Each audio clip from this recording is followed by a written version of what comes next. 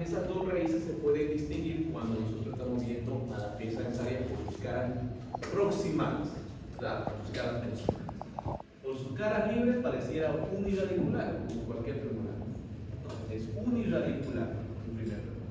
Pero si damos la vuelta, háganse de cuenta que este es un primer premolar superior. A pesar de que se ve o se viera el perfil de sus dos raíces, su línea cervical no es como la de un posterior, conformado por dos líneas curvas, sino como si fuera uniradicular. ¿Ya? ¿Por qué les hago notar esto? Porque yo les digo que en el caso de los molares, dependiendo a cuántas raíces se ve, también se va formando dos líneas curvas, ¿ya? En relación a las raíces. Pero esto pasa solo en los molares, no pasa así en los premolares. Bueno, en el premolar superior, que es el que tiene dos raíces, ¿ya? Entonces noten la característica forma, ¿no?, de esta línea cervical. ¿Por qué creen que se llama línea cervical? Ustedes van a notar en un diente extraído, que ya se están consiguiendo, porque deberían conseguirse dientes extraídos al final, casi al final de la gestión, en el último mes de práctica. Ahora vamos a, bueno, esas últimas prácticas consisten en reproducir ahora dientes reales. Ustedes tienen que tallar un diente, el mismo modelo de un diente real. Y van a notar que no es más que una simple demarcación, ¿ya? No es algo, digamos, un detalle anatómico muy marcado, como un surco, una sobresaliencia, nada. Incluso es casi todo liso y es solamente incluso el cambio de colocación que existe entre la corona y la raíz que nosotros nos podríamos dar cuenta dónde empieza y dónde acaba. No hay absolutamente nada más, ¿ya? Ese detalle tienen que corregirlo en sus tallados. Por eso se llaman líneas cervicales, una línea, una demarcación, ¿ya? Esta es una forma de describir entonces cuando nos referimos a la pieza dentaria de forma extraída, de forma aislada. Ahí se nota la línea cervical, ¿ya? Más específicamente con el cuello anatómico. Pero también podemos describirlo como el cuello quirúrgico, ¿ya?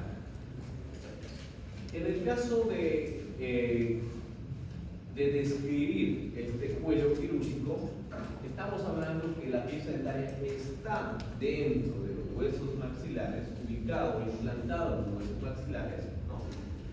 Pero tenemos que necesariamente estudiar lo que se había dicho, los restos óseos moviendo el hueso.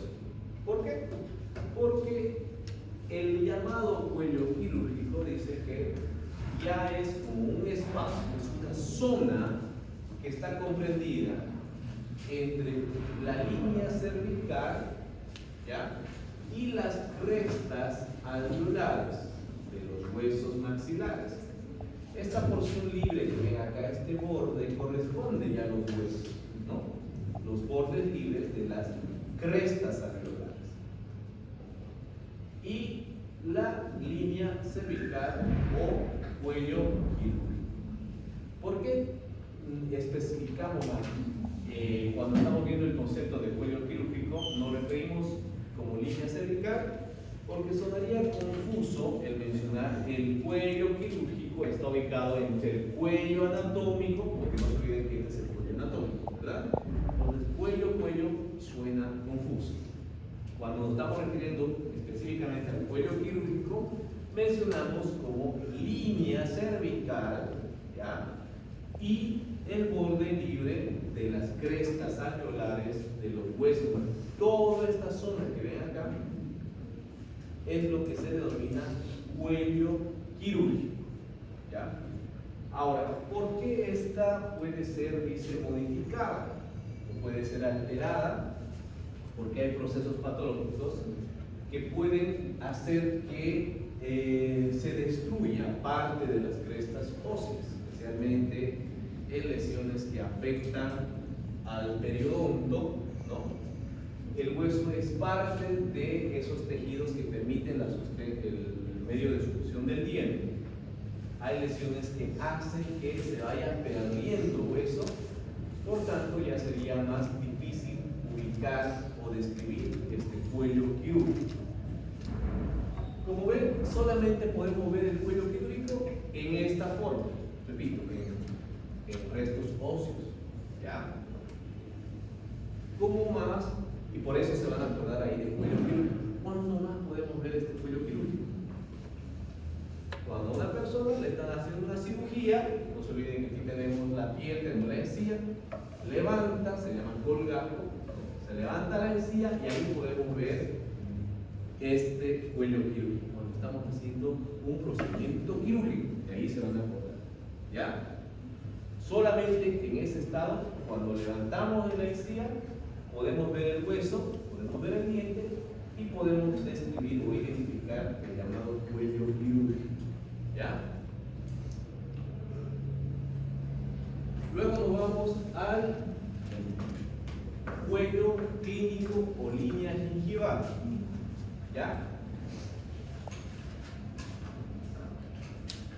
Aquí dice ubicada la proyección del festón gingival sobre el diente. El cuello clínico es, para referirnos a este tipo de, bueno, a la forma de mencionar como cuello clínico, ahora sí lo podemos describir, como su nombre dice, en una inspección clínica, ¿ya? Observación directa. Ahorita, en este momento, si nosotros sonreímos, por ejemplo, podemos describir e identificar este cuello clínico. Acuérdense el nombre, inspección clínica. Cuando ustedes van al dentista, cuando vamos al odontólogo, perdón, lo primero que hacen es una observación clínica, una revisión clínica. En ese momento se puede ubicar, dice, este llamado cuello clínico, que no es otra cosa más que la proyección, dice, del festón gingival. Necesariamente le estamos determinando, relacionando con las encías sobre el diente. Entonces estamos viendo aquí una figura, un corte en el que podemos ver la ubicación de las encías. ¿Ya? Estos son los festones gingivales. ¿Ya? La proyección, donde acaba la encía, donde se proyecta la encía sobre el diente, es el cuello clínico. Ese límite entre la encía y el diente se llama cuello clínico. Nada. ¿Ya? Ahora, también dice puede estar ubicada en el fondo de la hendidura gingival. Para otros autores también está comprendido en el fondo de este espacio que se comprende entre la encía marginal o libre y la pieza dental. Ya vamos a describir correctamente la anatomía de esta zona que es tan particular entre la encía, el diente y el hueso. ¿Ya? Esta porcioncita de encía que ven por acá se denomina encía marginal o libre. ¿Por qué? Porque no está completamente adherida a la pieza dentaria. Este espacio que ven acá se denomina surco o hendidura gingival. De hecho, nos permite a nosotros determinar el estado de salud de las encías gracias a este espacio. ¿Ya? Cuando nosotros evaluamos, por ejemplo, el estado de salud de las encías, lo hacemos con un instrumento muy especial que ya pertenece al instrumento básico a los instrumentos básicos de exploración. De hecho, ya no se llama triada, comúnmente o rápidamente se conoce como triada. ¿Por qué? Porque está conformado por el espejo, la pinza y la sonda exploradora. Por eso se llama triada. Y en su bandejita, ¿verdad? Pero ya no debería llamarse así, porque dentro de lo que es la valoración general de las estructuras del diente y de sus elementos anatómicos circundantes está la valoración de las encías. Por eso se agrega un cuarto instrumento que se denomina la sonda periodontal. O sea, ya no es triada, ya es bandeja o instrumentos básicos de exploración. Imagino que todavía no les han pedido, ¿no? La triada. No viene con eso, ¿verdad? Pero repito, ya debería incluirse la sonda periodontal, porque con ese instrumento que es especial podemos determinar la profundidad de este surco gingival que les estoy mencionando, que está entre los 0,5 a máximo 1 milímetro de profundidad, todo este espacio. Si esa sondita ingresa más de 1 milímetro, estamos ya frente a un estado patológico. Porque lo normal es que la adherencia epitelial, dice acá, desde el fondo del epitelio, que la adherencia epitelial, donde ya se produce una fusión entre tejidos blandos y el diente, ¿no? Por algún proceso patológico se llega a destruir, por eso dice puede ser modificada. Y si estamos hablando de que también el cuello gingival está ubicado en el fondo de esta hendidura, esta se va a prolongar más hacia apical, porque en procesos patológicos esta se va destruyendo, la adherencia epitelial, y va retrocediendo hacia apical, va proyectándose hacia apical, lo que se llama en la clínica bolsas periodontales. ¿Ya? Las bolsas periodontales es un estado patológico en el cual la adherencia epitelial se destruye, haciendo de que la hendidura gingival vaya tomando una mayor profundidad. Eso no es lo correcto. ¿Por qué? Porque esas bolsas gingivales hacen de que haya ahí más formación y acumulación de restos alimenticios, que es difícil de limpiar en un cepillado normal. Por tanto, la acumulación de restos alimenticios en esa zona hace de que la encía se inflame, y es el inicio de una enfermedad que se llama en la clínica como gingivitis. La gingivitis, en la mayoría de las ocasiones, se ocasiona justamente por la acumulación de placa bacteriana. Eso tal vez no han escuchado por cultura general, que el inicio de la gingivitis, inflamación de las encías, es por la acumulación de placa bacteriana. ¿Y qué es la placa bacteriana? No es otra cosa más que la descomposición de restos alimenticios que se han acumulado en una zona y que no han sido removidos o no han sido higienizados en la mayoría de las ocasiones. Si esta placa bacteriana no se retira, ¿no? Esta placa bacteriana se organiza, hay un proceso muy especial, se mineraliza o también se calcifica y pasa a un estadio más avanzado que se denomina sarro o tártaro. ¿Ya? Este sarro, a diferencia de la placa, ya es una estructura más endurecida y mucho más adherida al tiempo. Por tanto, con un cepillado normal es mucho más difícil que se pueda defender. Ya estamos hablando de procedimientos que necesariamente se tienen que hacer en el consultorio para retirar todo este sarro tártaro.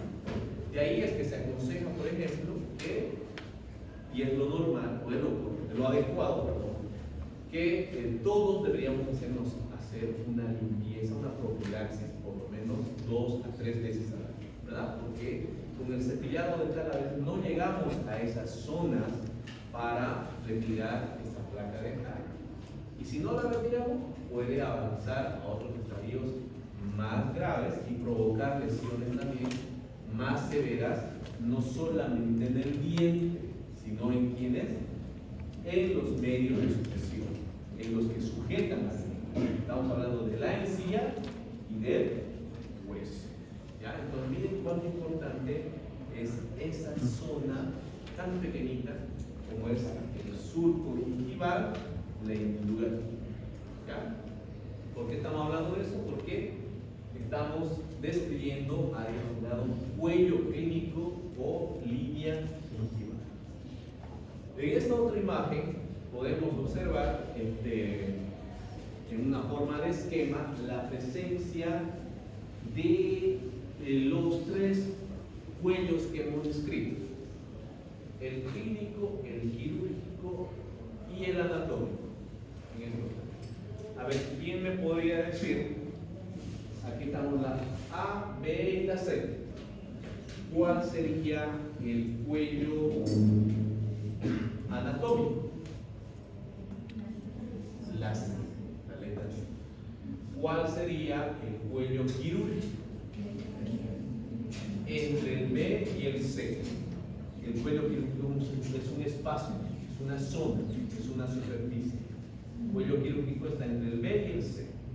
¿Y cuál sería el cuello clínico? Sería la A. La A, la C, ¿no? La A porque ahí se proyectan los festones gingivales